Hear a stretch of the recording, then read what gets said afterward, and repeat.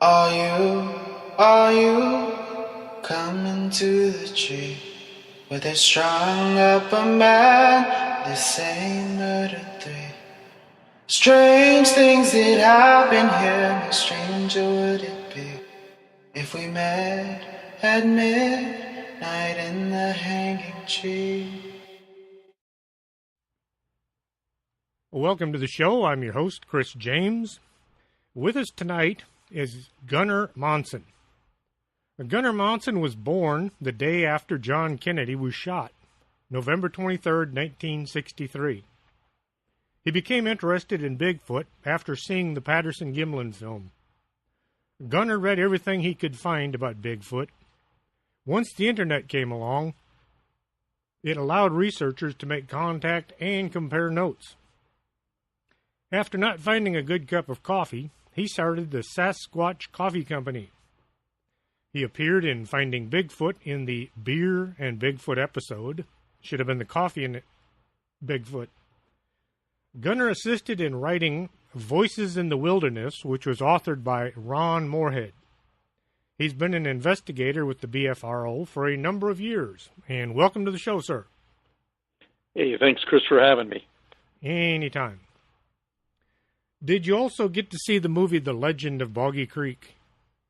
You know, it's funny because a lot of people, that was one of the things that led them to their interest in Bigfoot, is that I actually did not see that till, probably 6 months ago I watched it for the first time.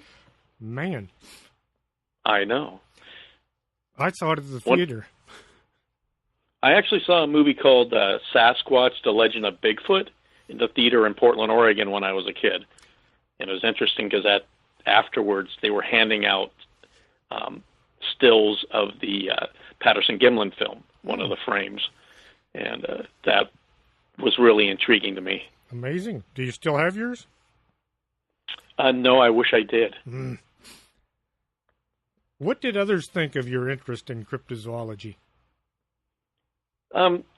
Actually, I had friends that when I started as a kid always being interested in kind of anything mysterious, unexplained stuff from UFOs to Loch Ness Monster to ghosts to Bigfoot. And kind of just, my friends were also interested in it.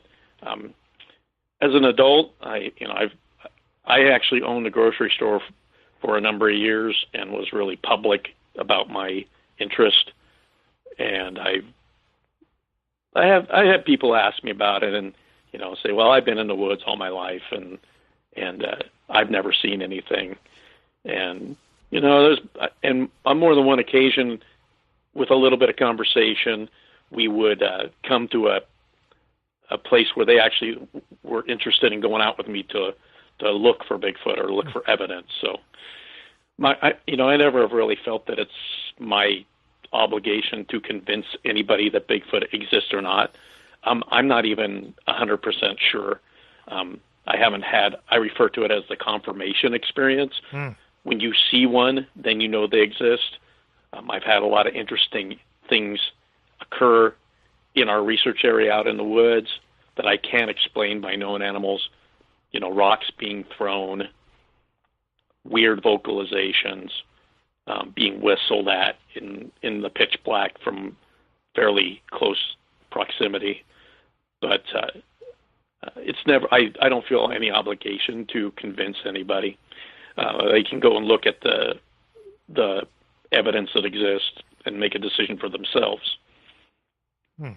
You said you owned a grocery store. Was this a family business, or was it something you had started? Well, it was an existing business that I had purchased.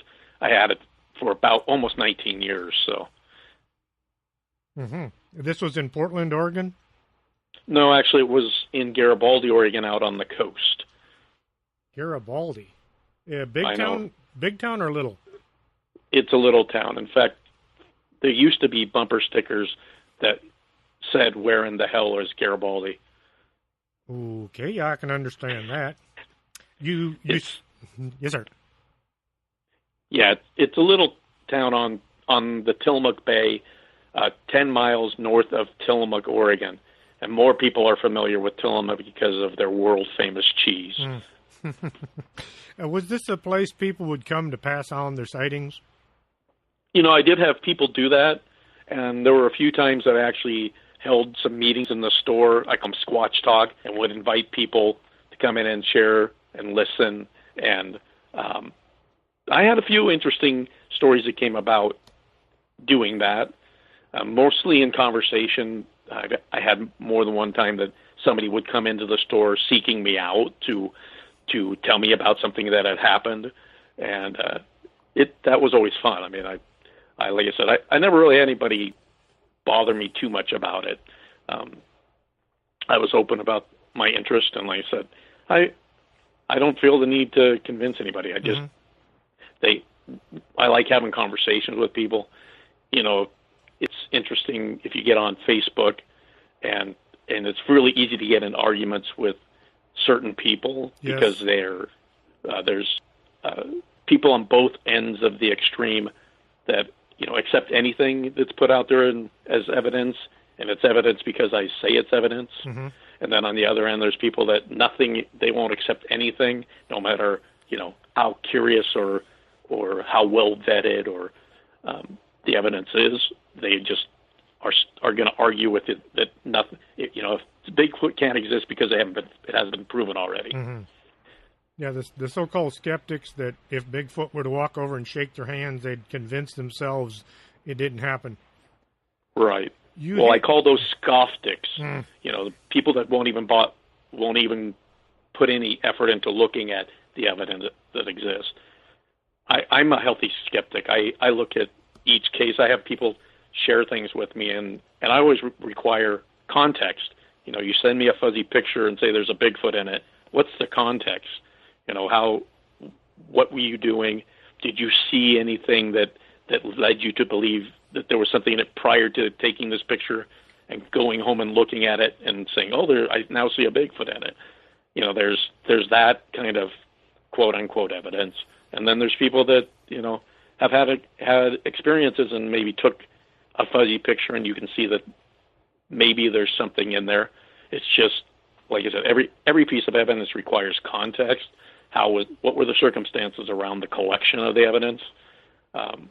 You can't just show me, I can take any picture that I took in the woods, and if I look hard enough, I can find a shape of a face. Mm-hmm. That's pareidoia. The humans have this innate defense mechanism, actually, that causes us to see faces in objects that aren't really faces, and it was originally a defense mechanism to identify threats. You can mm-hmm. see a face. Is it a friendly face, a scary face? That was something that we just developed, and we haven't grown out of it. We have a tendency to look at pictures or scenes and see faces mm-hmm. or familiar shapes. Yeah, I've also noticed while writing a book that the mind will take a word that is obviously misspelled and make it look correct, and then you don't catch it until somebody writes you a nasty letter and says, you misspelled the word on page 365. Oh, that is kind of, that's life, I guess.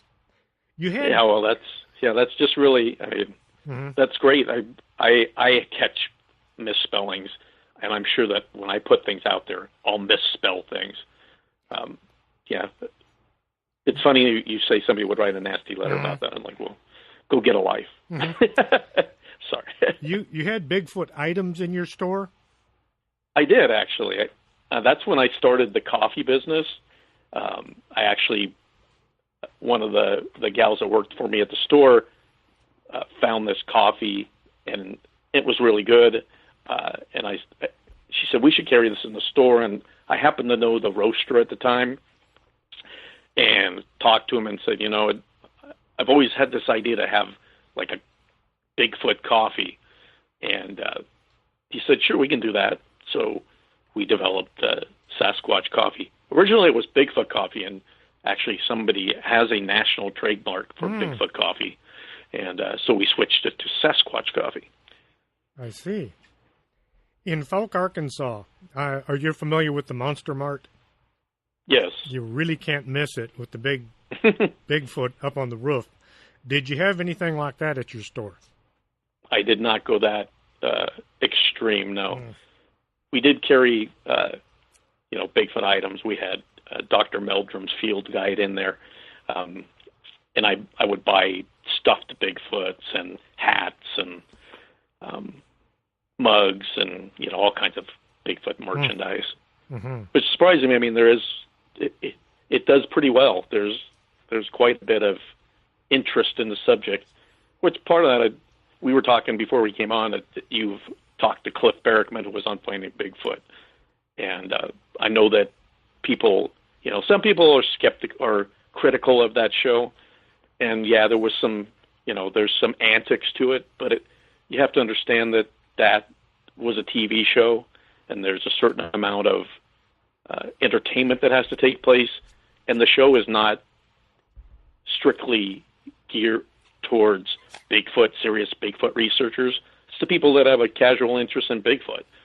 And I have always thought that basically Finding Bigfoot is this generation's like In Search Of. It brought awareness to the topic of Bigfoot. And I know that I've had people approach me and share their stories with me, their encounters, based on the fact that they had seen Finding Bigfoot, because a lot of people carry those stories around with them, those experiences around with them for years, because they don't want to be, thought of as the village idiot or be made fun of. Mm-hmm. And I appreciate that there was a show on TV that looked into the subject and allowed the door to open for a lot of those witnesses to come forward and share those experiences with people that were interested in them. Every time I watch that show, I just keep waiting for the moment that they drag Bigfoot in and sit down and talk to him. I know it's not going to happen, but you just right up to the last minute, it's like, shoot, there's the credits. I guess they're not going to do it this year. Yeah, well, then, the show would be over if they found Bigfoot. True. Then it'd be Bigfoot found. But the idea, behind my favorite part of Finding Bigfoot was always the town halls, and then the going into the field with witnesses mm-hmm. to the location and the recreations, and that to me was entertaining and valid. That's what people do. That's what the BFRO does. They take in people's accounts, and then they go in, and hopefully they are able to go to the location with the witness. That doesn't always happen. A lot of times it's a phone interview, but a lot of time, whenever I was able to go to the location with a witness, I always preferred that. To, it's just so much more visceral, more, you get the context of what their experience was when you visit the location. Plus, having them there at the scene is going to put the image back in their mind so they can give you a much better detailed account. Sure. That's what you hope for. Again, I was a BFRO investigator for a bunch of years, and then I haven't been doing that for a while. After a while, going and to me, there was a matter of only so many stories that I wanted to hear. A lot of times you're talking to somebody who had an experience that happened years ago. And I found a research area and a group of people that I really enjoyed researching with. One of them being my co-host on Monster X, Shane Corson. Another was Larry Turner, who's a really good friend of mine now, Cindy Goodell, Just Southern, and there was a incident that had happened. It was investigated. Something I ran across the report, and it was in an area that I'd always kind of had interest in and thought had a history of reports coming out of it. And I always just thought, yeah, that'd be a really good area. And I set up a meeting. Actually, I approached Cindy Cadell had investigated the report, and I just wanted to know more specifically where the incident had taken place. And she did better than that. She arranged an outing with herself, and then I didn't know exactly who else was going to be there. That was the first time that I actually met my buddy Larry Turner, whose daughter was actually the one who had originally had this encounter where she was out camping with a bunch of her friends, and something started whooping and hollering at them from this hillside, and it freaked them out. But it happened, I believe, 2 nights in a row. And the second night, one of the gals yelled, "Shut up, Bigfoot," and it stopped. So Larry's daughter comes home and tells him about this, and he goes out to the area and takes a buddy of his, and they hears like the following weekend, and they have these vocalizations, some between what seemed like 2 individuals yelling back and forth at each other. Dang. You said you had... Go ahead. Go ahead. No, that led to Cindy and her husband, Jared, going out and investigating the report. And that weekend, they actually had more vocalizations. So this is like 3 weekends in a row. Mm-hmm. And couldn't explain exactly what it was, so it got filed under interesting. Well, normally in the case of when you go and do an investigation with an eyewitness, that's basically the end of it. But in this case, Larry was continued to go out into the location for like the next year. He and a friend of his, Mark, would go out there, 2-3 times in a month. And during that time, they found a couple of footprints. They found they had more vocalizations that had happened. Larry had a really interesting incident where something walked around his tent and then pushed in on his tent and touched his head. Which the first time that I met Larry, he actually told me that story, and my mind kind of immediately went to, this guy might be, his cheese might be slid a little bit off his cracker. But getting to know him, and it's funny because he had shared these recording of like what sounded like rock clacking that had happened in context with the same story.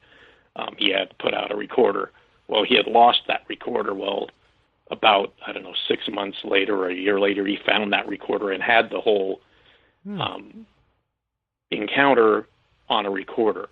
You don't hear anything except the way that he had described what happened was he had a gun in his tent and thought about shooting at what was ever outside his tent and thought better of it and took his keys and pushed the button to make his horn go off in his pickup. And he did that once and the thing stopped. And then when it started moving around his tent again. And it's funny because when Larry first told me the story, the way he described it sounded a little calm for what the circumstances were. Well, when you hear the recording, because the way that the incident ended is that he pushed the button several times, and he said the thing, he didn't hear it anymore. And on the recording, you can actually hear like what it would be if I was in the tent, and that's what I was pushing. It was like the button going beep, beep, beep, beep, beep, beep, beep. He obviously had shotgun, machine gun that button. Because in the context, it was like, oh, you just calmly push this button, and that was it.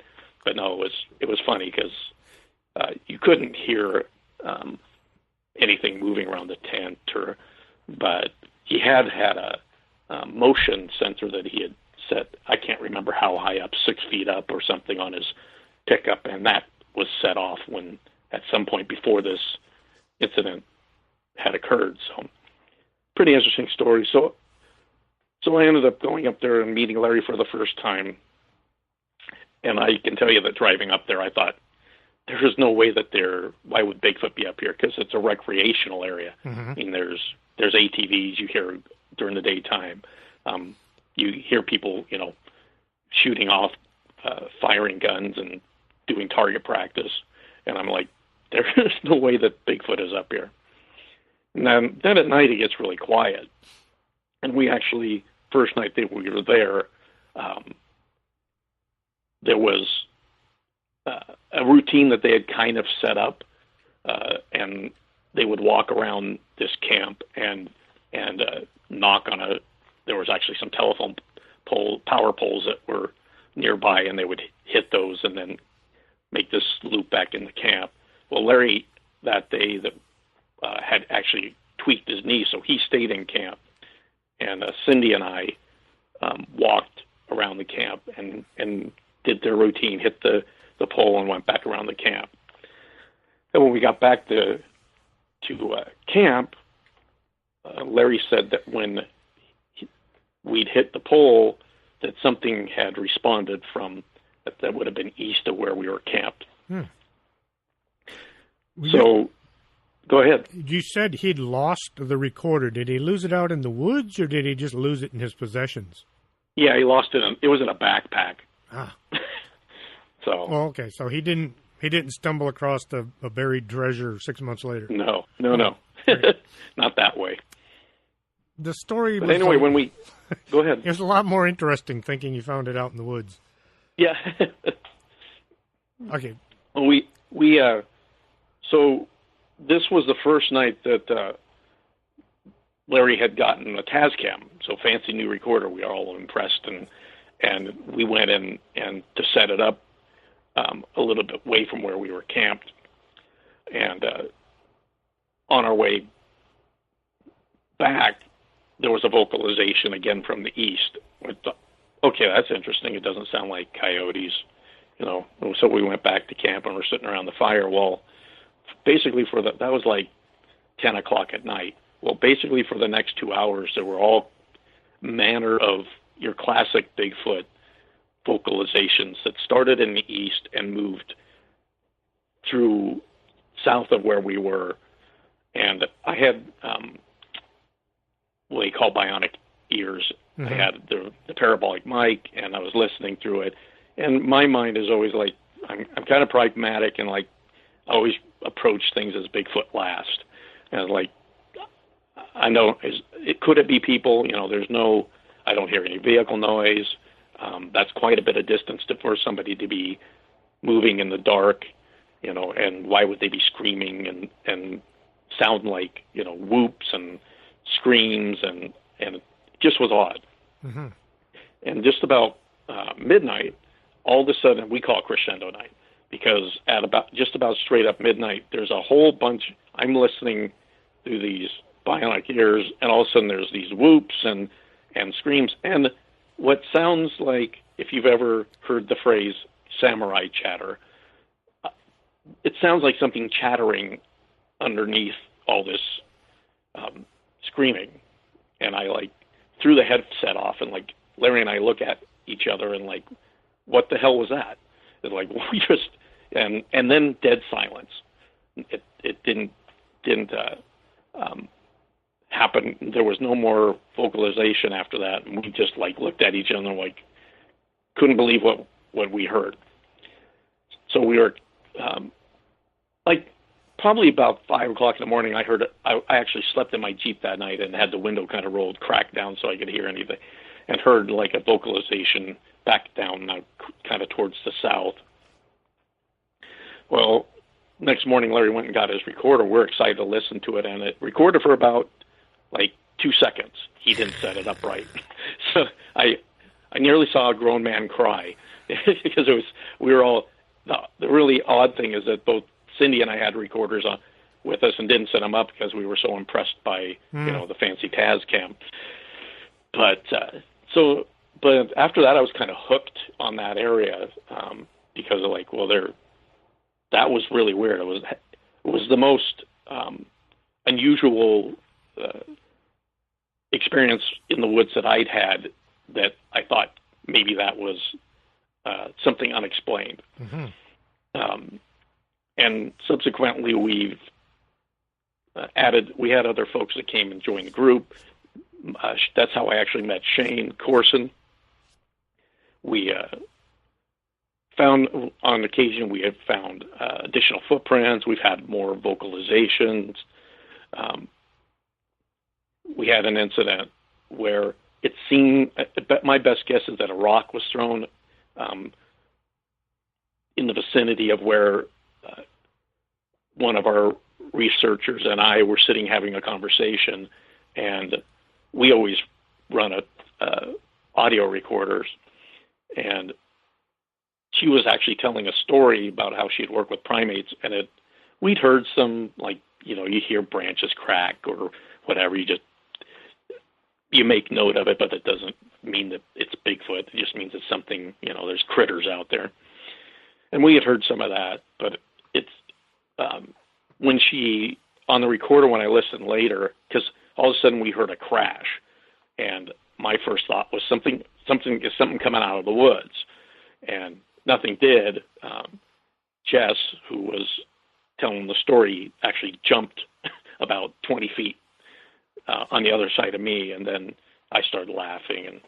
But when I went back, and the next day we found a rock behind where she was sitting, about within 3 feet of where she was sitting. And I'm like, I didn't see the rock go through the air, but that was what else would have made that noise. That was our best guess. And when I went back and listened to the recording, immediately before that crash, she does this agitated chimp sound, like ooh, ooh, ooh.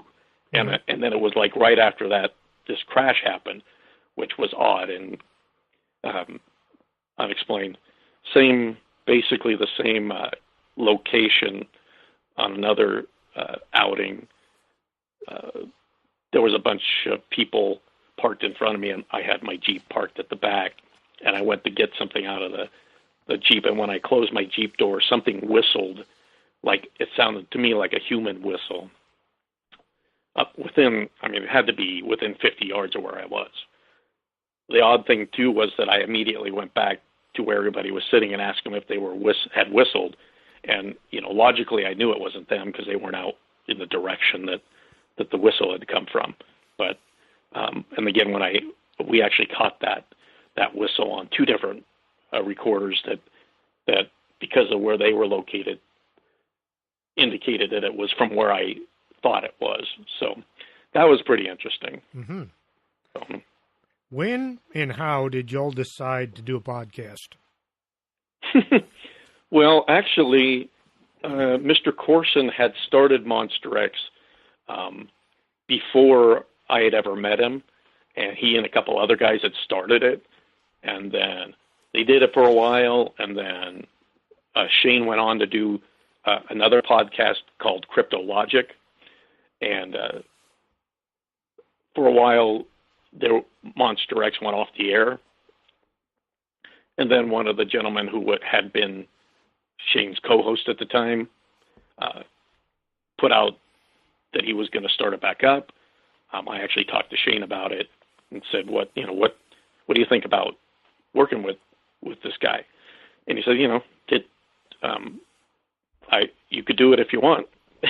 So I like, one of my favorite things is talking about Bigfoot. Mm-hmm. And so I thought, well, it'd be cool to, have people come and sit down for an hour every week and talk to people about Bigfoot. And so I sent a message to the guy who had been on there with Shane and said, hey, I'd be interested in joining you. We did it for a while, and then at one point, he decided that he was going to take a break, and I said, well, how about if I keep doing it? Which he said, okay. And I immediately went and asked Shane if he wanted to co-host with me, which he did, and the rest is history. Monster X, we've been doing it now. We're coming up. Monster X has been on the air almost continuously for going on 5 years. So. Darn. I had no idea because I had just stumbled across you one time while looking for something else, and I started listening, and I don't know if you recall, I sent you a message saying that the recording was skipping back a couple of minutes every so often. Oh, yeah. Well, I do recall. Yeah. I discovered that was only on certain podcast servers. Yeah. So now I just listen to you on Monster X Radio, and no problems. Well, we've been doing it a while and have improved the quality of our. For the longest time, we didn't even bother to edit shows. You know, what you got was what was recorded.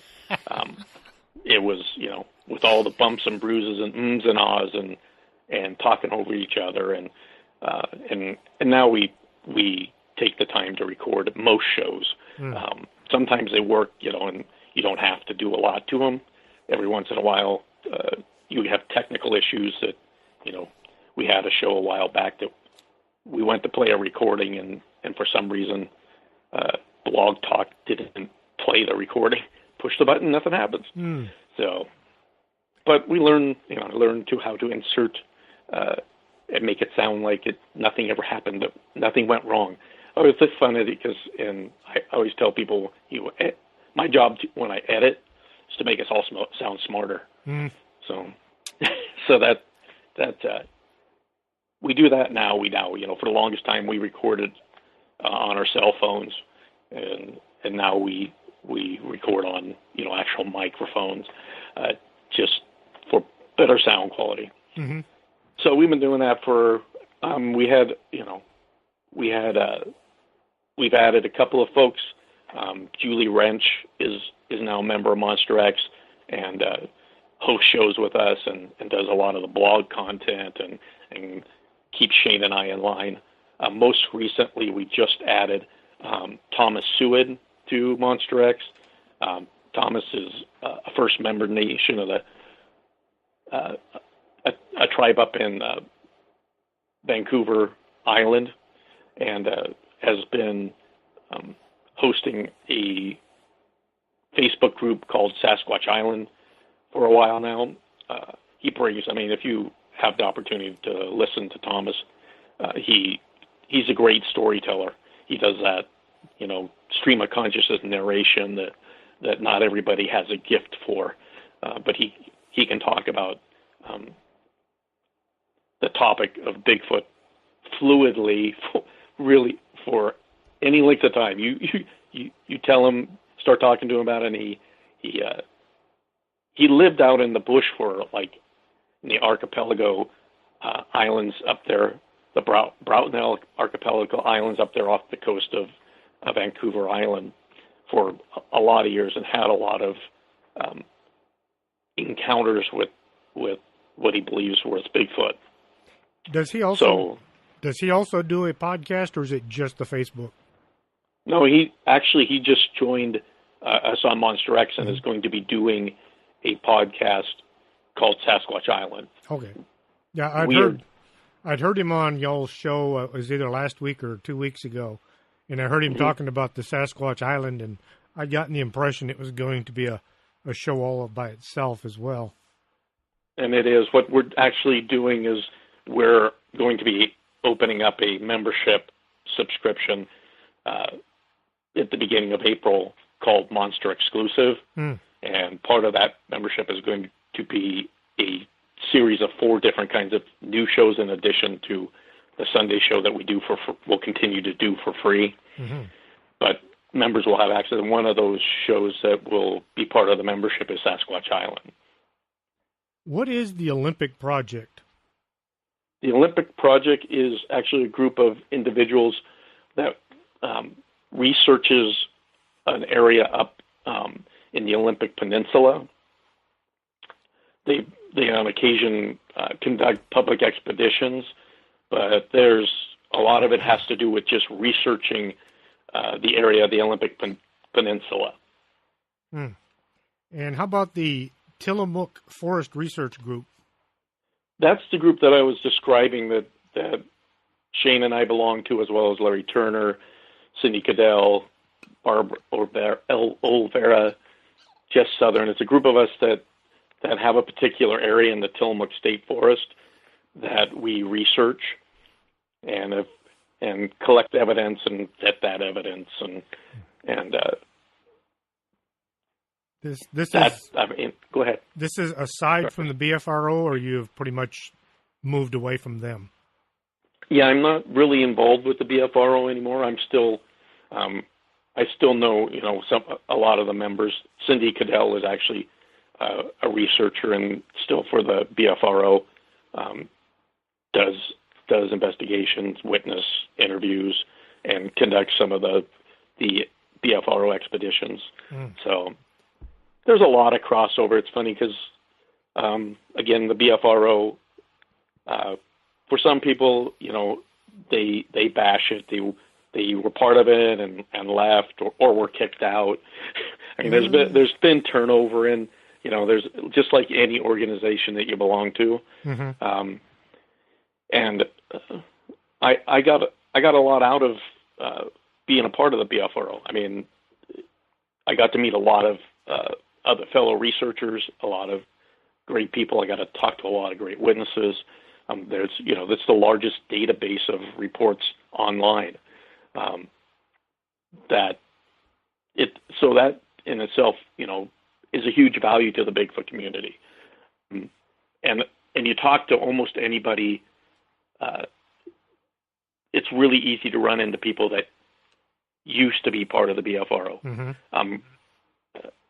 That it's just like anything else. You belong to it for a while, and eventually there's not very many lifers in almost any organization. Mm-hmm.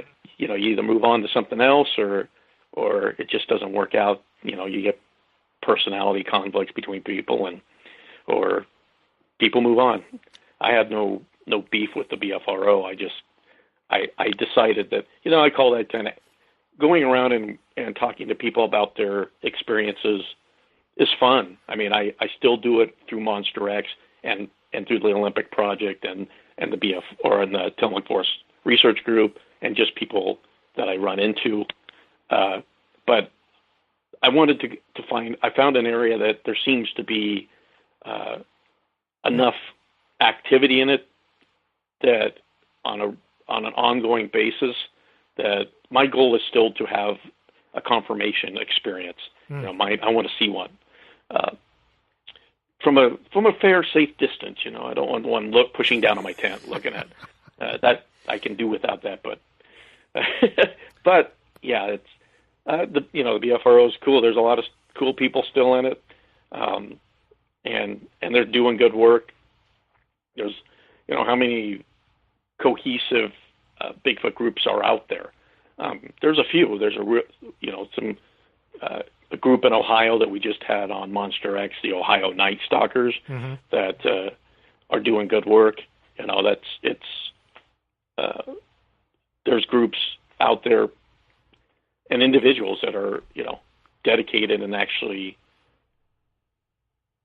doing something that's on another level besides glorified camping. There are a lot of people that go out and say I'm Bigfooting, but what are you actually doing? Are you collecting evidence? Are you vetting the evidence? There's the science behind it.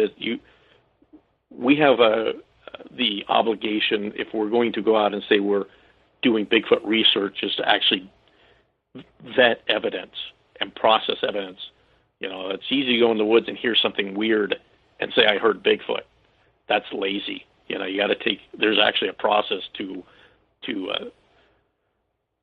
analyzing audio. Mm-hmm. I'm one of the best people at analyzing audio is a member of the Olympic Project, David Ellis. In fact, he was on the show the Monster X show that's this next week is with the Ohio Night Stalker gentleman, and Dave Ellis is on there, because they had some unusual audio that they recorded, and David analyzed it for him, and we talked about why there's some weird stuff that doesn't seem like, the best case you get out of audio is it's interesting, because unless you see a Bigfoot scream or Bigfoot, smack its lips or Bigfoot whistle, you shouldn't be saying Bigfoot made this noise, because we had no audio database of Bigfoot sounds in the wild. Could you tell us about one of your more memorable investigations? Investigations. Well, I've had, one of them that jumps to mind is a gentleman that had been going out to go to the grocery store at like 11 o'clock at night in a very rural area, and there was a river that ran across the road from his house, and it had been raining a lot in the last week or so the river was really high. Well, the other side of the river was not an area that you could access easily. It was pitch black. There was no permanent residences over there. So he's out there, and all of a sudden he starts to hear whoops across the river moving like on the other side of the riverbank. And then as it got closer, he would hear he described it as a large rock being thrown into the water. So, and then whatever was making this would move down the riverbank, and there'd be another kerploosh. And his dog had gone on the porch. Well, it turned tail and ran in the house. And this, whatever it was basically across the river. He brought out a shotgun and shot in the air, and it stopped making that noise for a little bit, and then he hears it start up like down past him a ways, the whoop, the vocalization, and then the splashing in the river, and it was that was interesting. He actually had talked to some of his neighbors who had some vocalizations behind their property. I think that they'd had a piece of fence pushed down and found some impressions in the ground. But yeah, that was an interesting one for sure. Do y'all do Go ahead. Do y'all do public events where people can tag along on your investigations? The Tillamook group really doesn't. We've had other folks go out with us. I know that, as I said, the Olympic Project on occasion does public expeditions, and there's a fee to participate because it takes a lot of effort to put those together. Mm-hmm. I know that Cliff Barrickman is actually putting on some public expeditions this summer, now that he's not filming Finding Bigfoot anymore, or currently. There's still some fingers crossed out there that Finding Bigfoot will make a return, but at this time it's not scheduled to, as I understand. Yikes. So I don't personally. I know that the BFRO also does public expeditions. So there is that avenue out there if people want to. We've taken friends of ours out to our research area, but as a rule, it's funny because people have given me want to know, well, where do you research? And they want to know very specifically. Yes. And not to, I don't not tell people to be a jerk.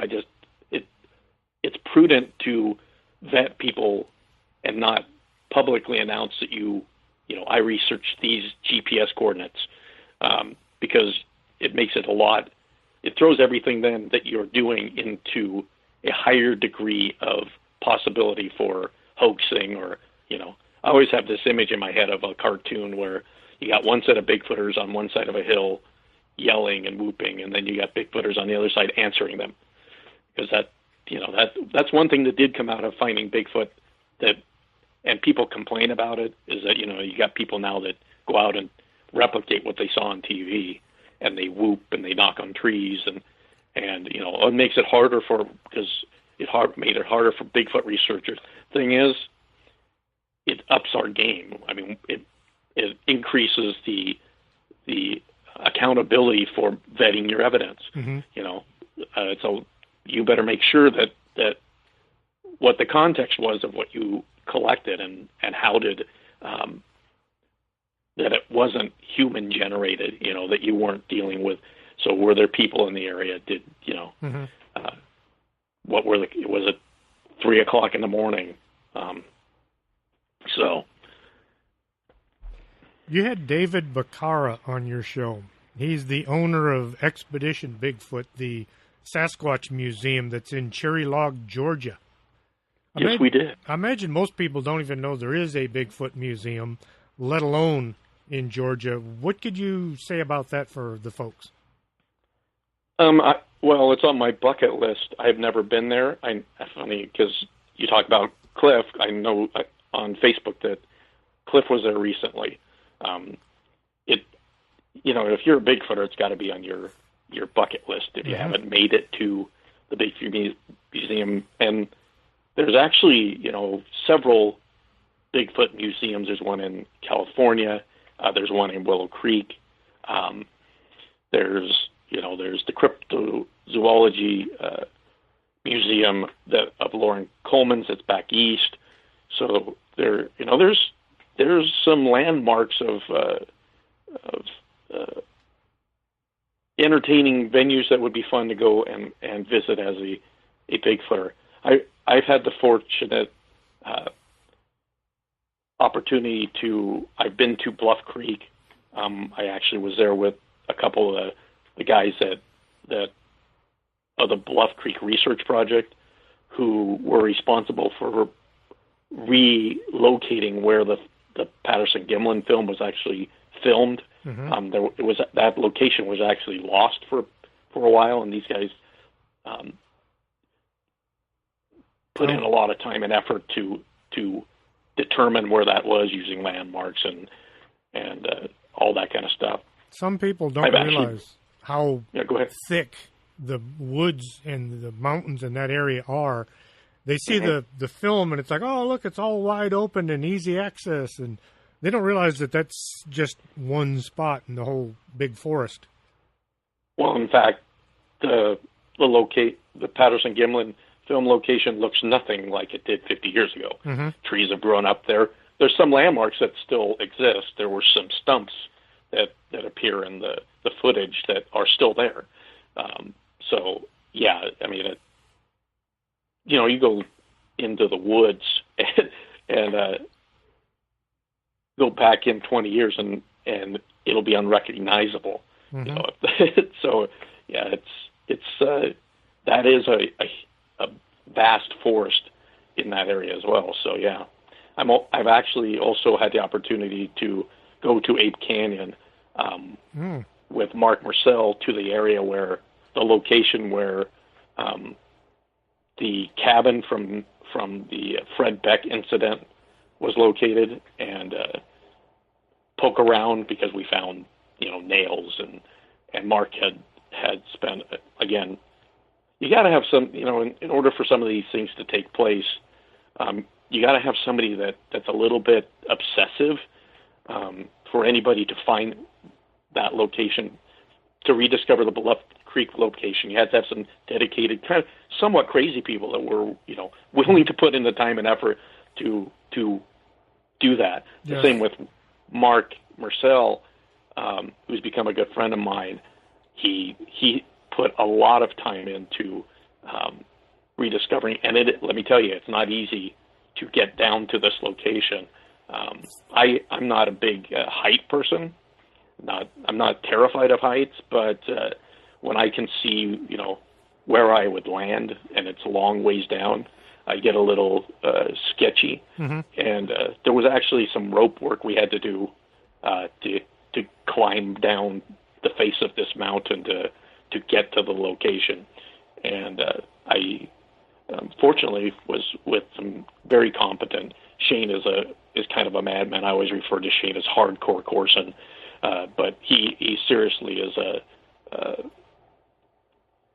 hardy climber, and he spent a lot of time in the woods. He and I and Mark and Shelley Covington-Montana and Abigail Slick, her maiden name is Slick, made this trip down there and then came back out, and we all made it. It was a little, like you said, when I came around the corner and saw the where we were going to, I was thinking and wondering at the time of how I could fake a broken leg, that made the hair on the back of my neck stand up a little bit. This was Ape Canyon? Ape Canyon, yeah. Could you just give a real brief sketch of what Ape Canyon was all about? There might be one or two people out there that didn't hear the story. Yeah, I mean, if you're a Bigfooter, you probably have. I mean, I always refer to it as the Fred Beck incident. The group of miners, I believe it was 1924, they were working a mining area out in an area that wasn't called Ape Canyon at the time, but they'd found some large footprints. The story goes that they saw a Bigfoot, a large hair-covered ape-looking creature, and across the crevice from where they were, the ravine from where they were at, they took a shot at it. They didn't know if they'd hit it or not. They thought they might have. And that night, their cabin was attacked.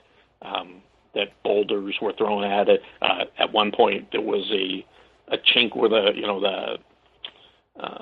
where they put stuff between the logs to seal it.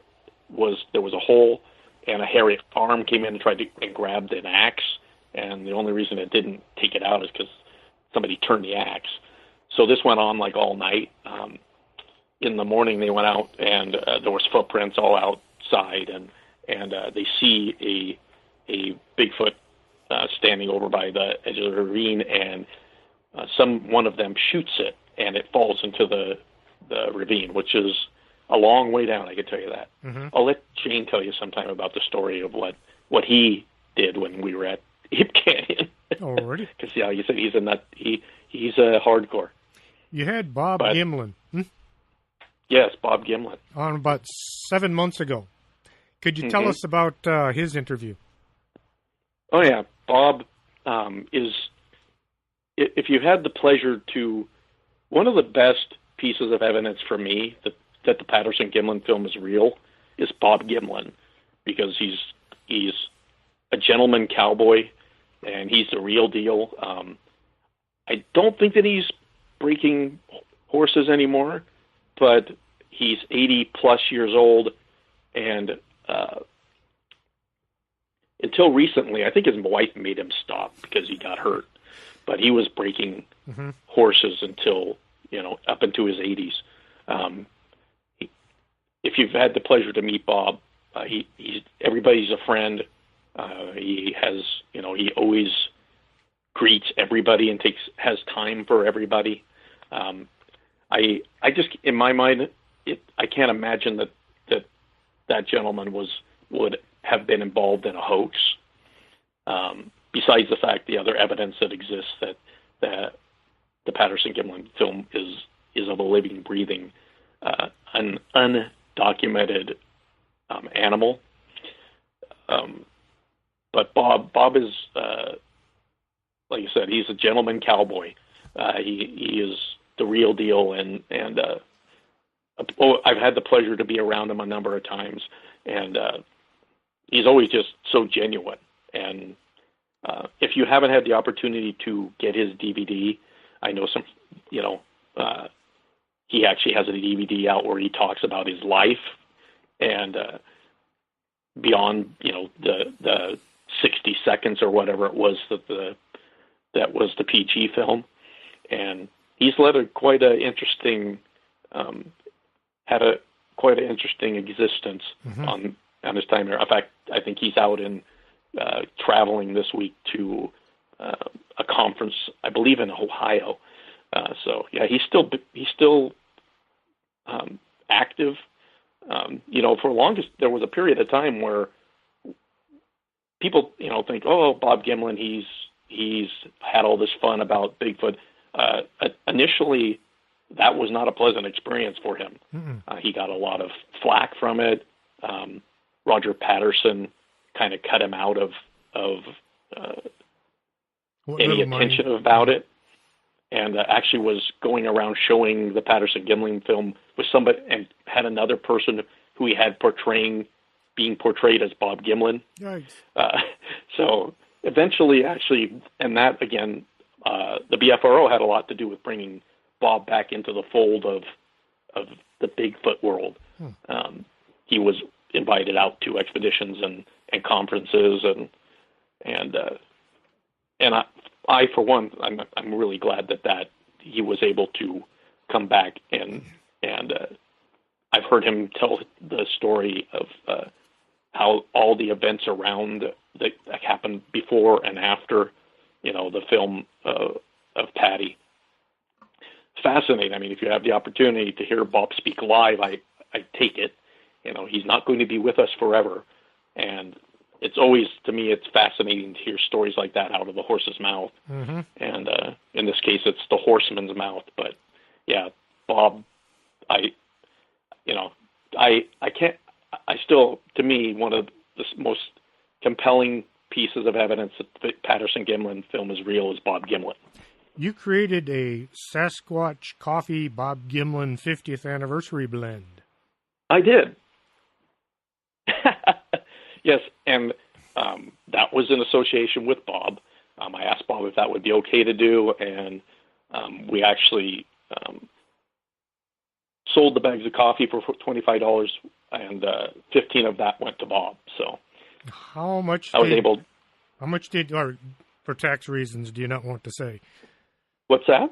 How much do you think you gave him, or do you not want to say for tax reasons? No. I actually was.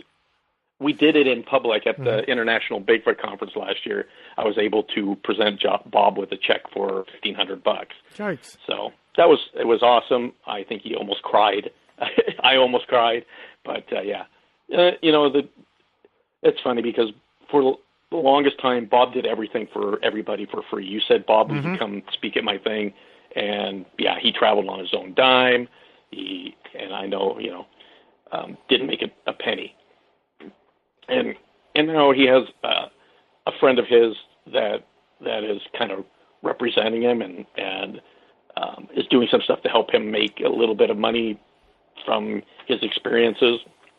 And I sell Bigfoot coffee, and I have a Bigfoot podcast, so I can't really say too much about anybody if they have a way to make some money, compensation off their passion, and the gentleman that he's put in his work, and has the right to, I don't have any problem with somebody that can do that. I mean, like you said, he's 99% of Bigfooting is done on everybody's own time anyway.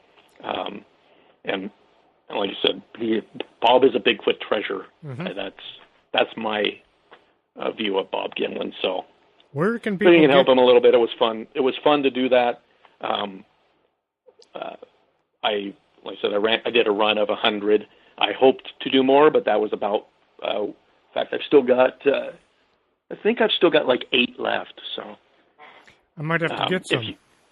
I'm going to give a deal to your listeners on Sasquatch Coffee. So if this would be a appropriate time, I will tell them if they want to go to squatchcoffee.com, and we'll have a special coupon code for Strange. If you put in Strange in the coupon code, you will get the first bag. If you buy one bag of coffee, you can get a second one for $5. Wow! And the regular retail on those is $15. So that makes them basically $10 a piece plus shipping. So that's a special deal just for folks that are listening to this particular podcast. It's Squatch Coffee, not Sasquatch Coffee. It is Squatch Coffee. What's interesting is that when I went to set up the website for Sasquatch Coffee Company, is what our full name is I went to buy the domain Sasquatch Coffee, and when I looked, it wasn't available. When I looked at it, it was all in Asian. So it's like somebody had it somewhere in an Asian country, and actually it just came up available not too long ago. So I'm trying to negotiate to purchase it. So, do you have a coffee shop as well, or just bag coffee? No, currently it's just I have this vision of having across the street from every Starbucks there being a Sasquatch Coffee Company. Did you get a hold of, or did Julio get a hold of you? Not yet. Okay, I'll have to remind him. Yeah. Do you speak at conferences? I've spoke a couple times. We used to have a monthly meeting that a friend of mine, Guy Edwards, used to host in Portland called Hopsquatch. And a couple different times that I spoke there. And then Shane and I did a presentation at the first International Bigfoot Conference that Russell Accord puts on up in Washington. I don't do a lot of speaking, but if somebody wanted me to, I can talk about Bigfoot for, I don't have any presentations put together per se, but it wouldn't be hard. Are there any upcoming conferences in your area where people could come if they wanted to meet you or at least say hi? Well, the next thing that I know that I'm going to that is a Bigfoot event is Bigfoot Bold and Bruise that my friend Cindy Cadell is putting on. Just organized it. It'll be the first one ever this summer. It's in August. You can find the links to it on our Facebook page, in the Monster X group, but also she has a Facebook page, and it's Bigfoot Bold and Bruise. It's taking place in Bend, Oregon, and the premise is basically there's going to be speakers at these different locations, and you can go in and have a beer and listen to. One of them is actually Cliff Barrickman is presenting. I know that Shane Corson, my co-host on Monster X, is presenting. I know that I think there's another member of the Olympic Project that's presenting, and Guy Edwards, who the host with the mostest, he's a gentleman, but that used to host Hopsquatch, will be the roaming MC for the event. So then that's all taking place on Saturday, and then on Sunday there's actually going to be a 5K run. So I've been motivated now to go and get on the treadmill and see. So come run the 5K run, and you can wave at me as you run by. Unfortunately, it's about 1,300 miles from where I'm sitting. But does your wife? Well, if you leave now, you'll make it in plenty of time. I've got things I got to do. Yeah. Does your wife share the same passion for getting out in the middle of nowhere and looking for hairy creatures, or does she just like to hike? She just likes to hike. If I try not to bring up the subject of that we might be in the company of a large undiscovered primate that might be interested in what we're doing while we're out in the woods, because she likes to get away from it all, and we'll do like 5-6 day hikes out in the middle of nowhere, and that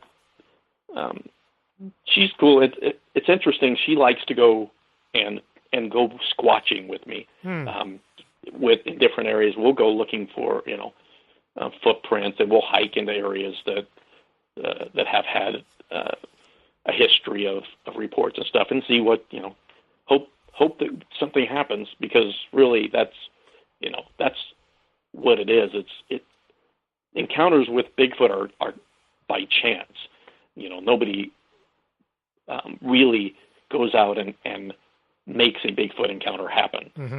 Though there's some people that claim that they have them visit them on a regular basis. Yes. I have to say then, prove it. Where's the proof? Where's the video and the photographs and the DNA?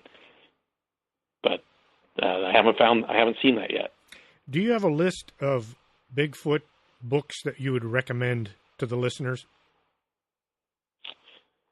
Oh, let's see, off the top of my head, anything by John Green.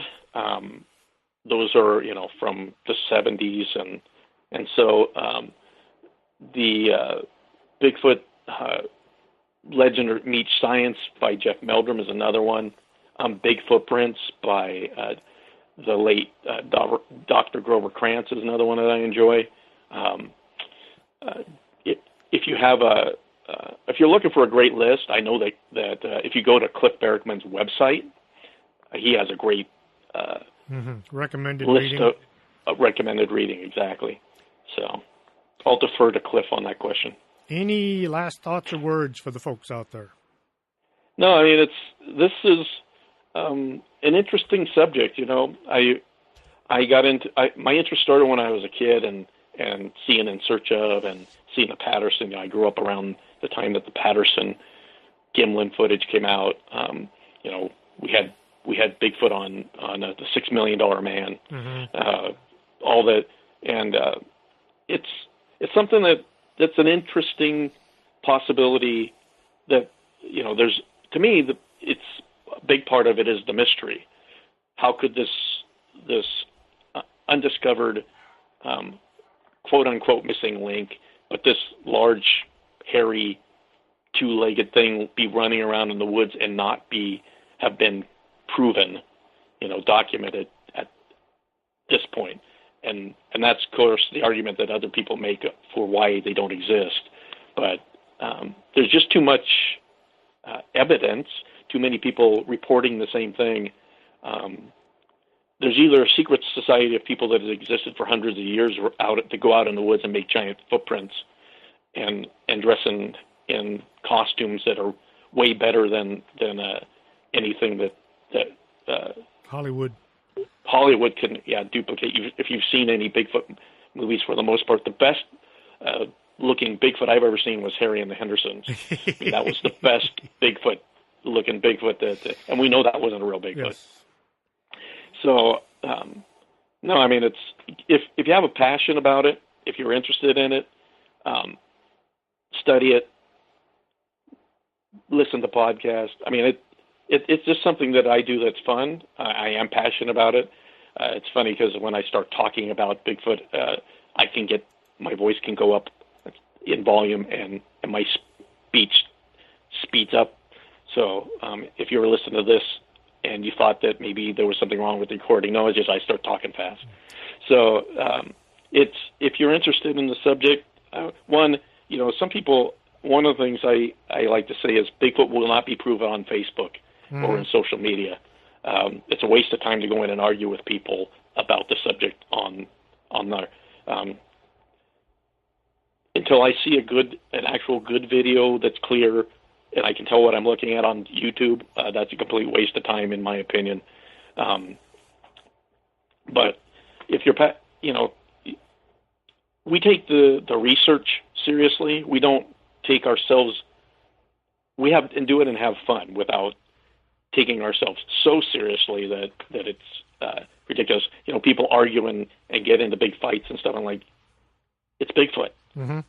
You're researching Bigfoot. We're all part of the same lunatic fringe that the public looks at and thinks we're all nuts. But if you call yourself a Bigfoot researcher, there are certain parameters that you need to follow, and that means vetting evidence.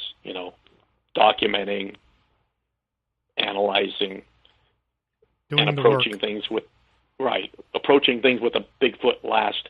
The burden of proof is on people who want to prove that this thing is a real living, breathing, biological entity. It's not on the public. It doesn't mean going and arguing with people about that you think what you think and they think. It's what you can prove. That's there may be a point. New animals are discovered all the time. When and if Bigfoot is proven to be a living, breathing, biological entity, it's going to be fun. I mean, it's going to be, and all those people that actually had encounters and experiences and were made fun of or mocked by people, you'll be able to thumb your nose at them. But until then, it's an interesting subject to talk about.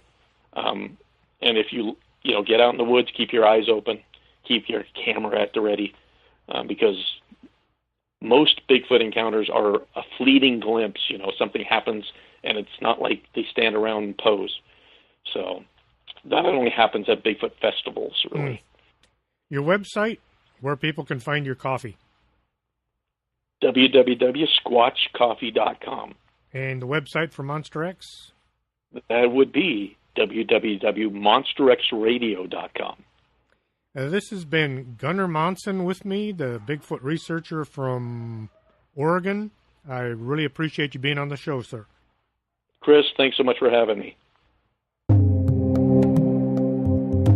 Back in 1776, someone said, "Give me coffee or give me death." And if that's how you feel, you should be at the Organic Man Coffee Trike. They make coffee the right way, one delicious cup at a time. 4501 McPherson, Suite number 9. Coffee, the stuff dreams are made of.